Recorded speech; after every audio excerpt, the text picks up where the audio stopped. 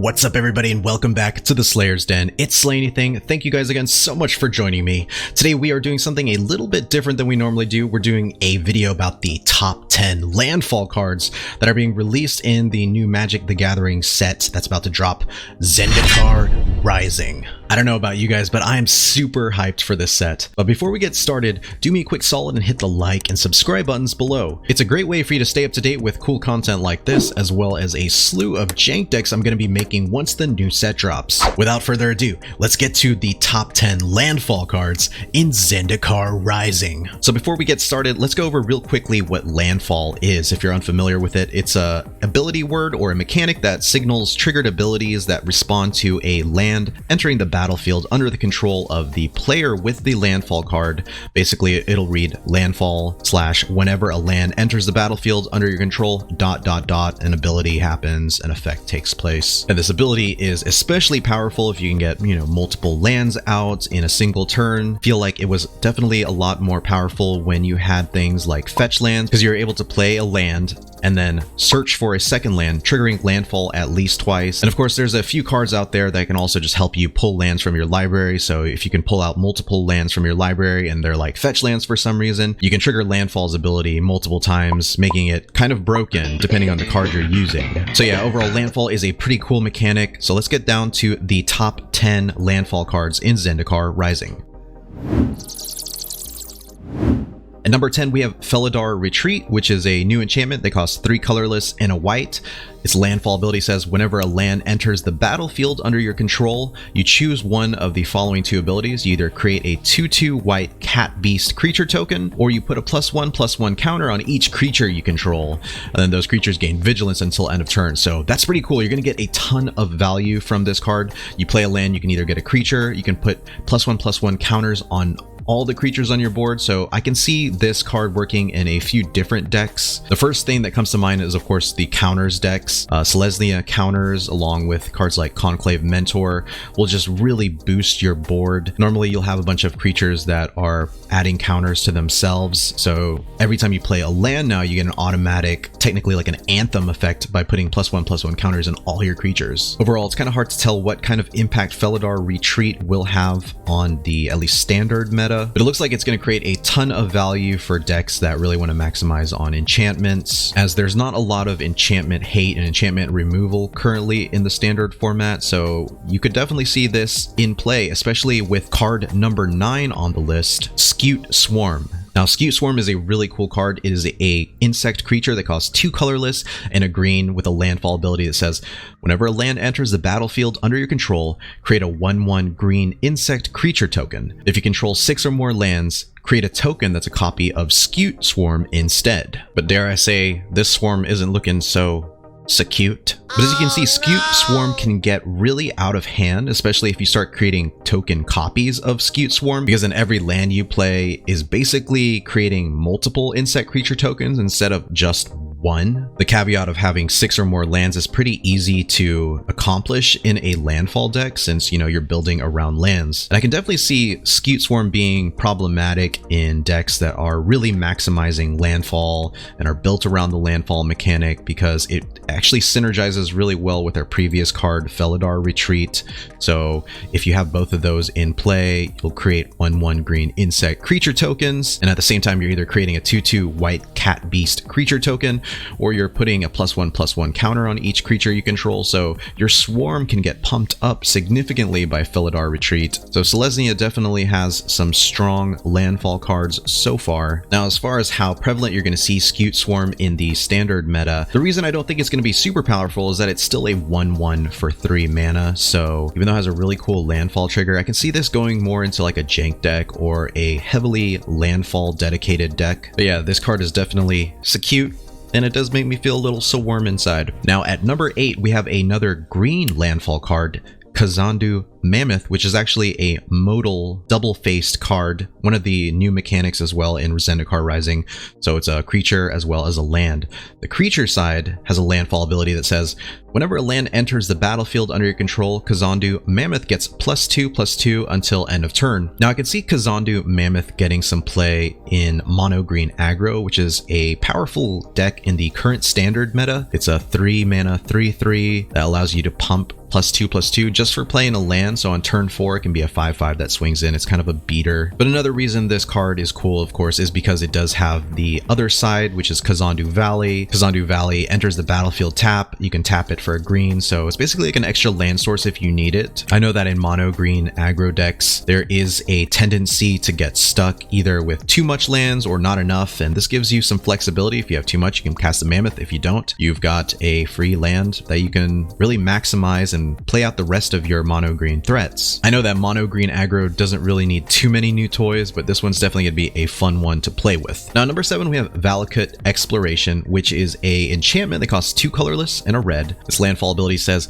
whenever a land enters the battlefield under your control, exile the top card of your library. You may play that card for as long as it remains exiled. At the beginning of your end step, if there are cards exiled with Valakut Exploration, put them into their owner's graveyard, then Valakut Exploration deals that much damage to each opponent. Now, the landfall ability on Valakut Exploration is pretty cool because if you are drawing dead and you need some action, you can just play a land, and then all of a sudden you get a free card off the top of your library. If you can get multiple landfall triggers, it's pretty cool too, because not only can you see the top 2 cards of your library and play them for as long as they remain exiled, if you don't use them, then you can just maximize the amount of damage you get from Valakut Exploration's secondary ability. So either way, you're getting some kind of value from Valakut Exploration. I'm not sure exactly which shell this card would fit into as far as a standard deck. I can see it being played in maybe a mono red deck, just because mono red wants to whittle your life away, and it also runs out of gas sometimes. So Valakut Exploration could be pretty Valakut explosive.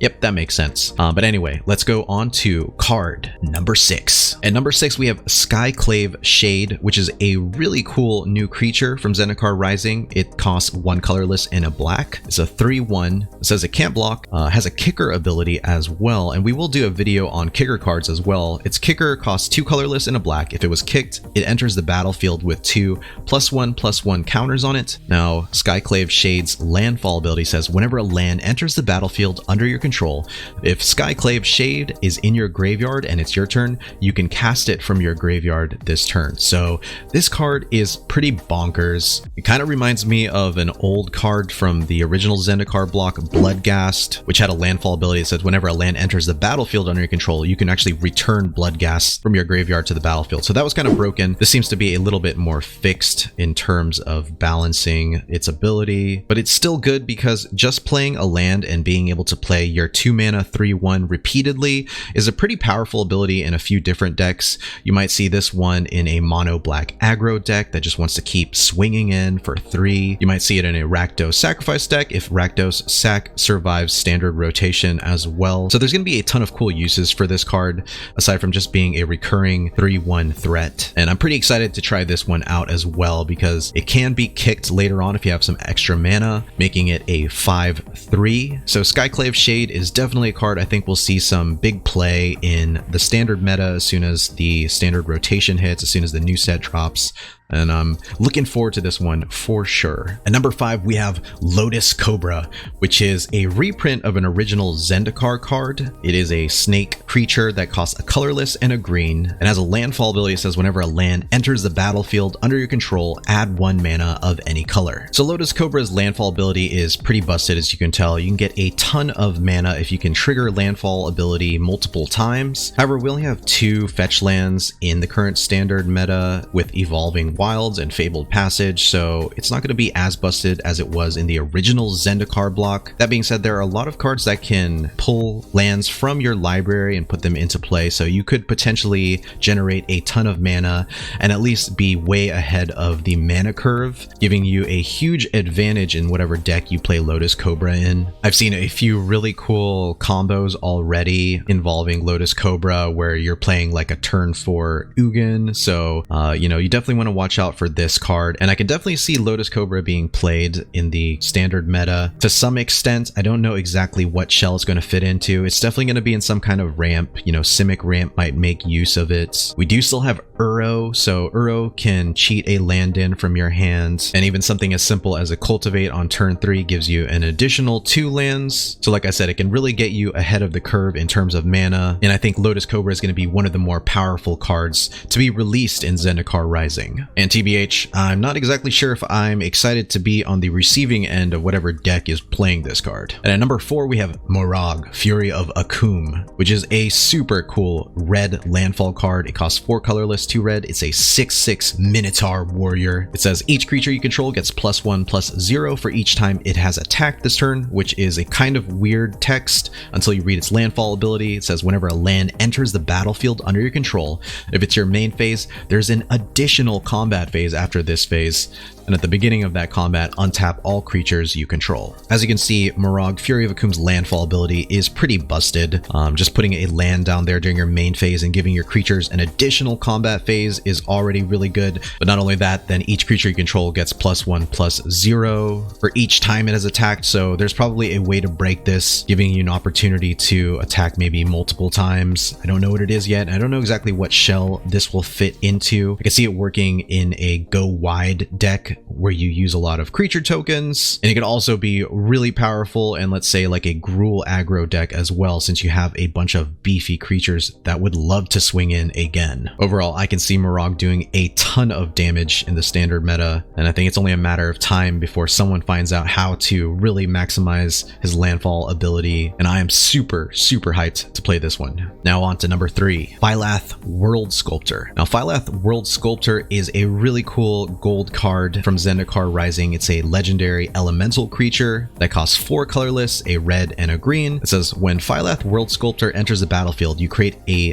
0/1 green plant creature token for each basic land you control. And then Phylath has a landfall ability. It says whenever a land enters the battlefield under your control, put 4 +1/+1 counters on target plant you control. Now 6 mana 5/5, generally not super great value, but being able to create a green plant creature token for each basic land you control is going to be really crazy, because Phylath's landfall ability allows you to put 4 +1/+1 counters on those plants, and I think that's what's going to make it kind of busted, especially if you can trigger landfall multiple times with either a land ramp spell or a fetch land. Whatever you're doing, you're creating these big beefy plant tokens and you're getting a ton of value from Phylath. I could see this being like a 1 or 2 of in the Gruul deck, definitely in a landfall dedicated deck as well. Zendikar Rising has a lot of cool land creature cards, that is cards that turn creatures into lands or lands into creatures. So I think there's going to be a ton of synergies that go along with this card.